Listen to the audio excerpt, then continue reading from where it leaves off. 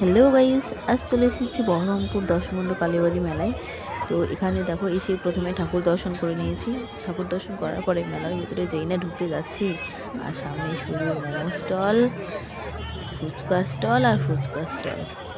দেখে তো আর লোভ সামলাতে পারলাম না, চলে গেলাম মোমো স্টলের সামনে।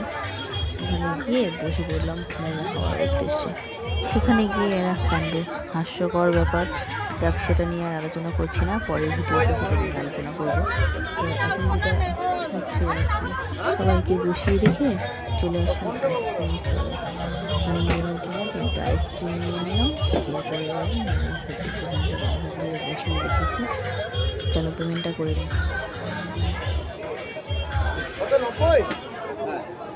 পেমেন্ট করা হয়ে গেছে। এবারে আইসক্রিম নিয়ে যাবো বান্ধবীর কাছে। বান্ধবীর খেতে যাই খুশি, বড় ফেভারিট আইসক্রিম। তারপরে চলে এলাম জিলিপির দোকানে। এখানে আঙুল বাজার জিলিপি কত রকমের ভাগ আছে।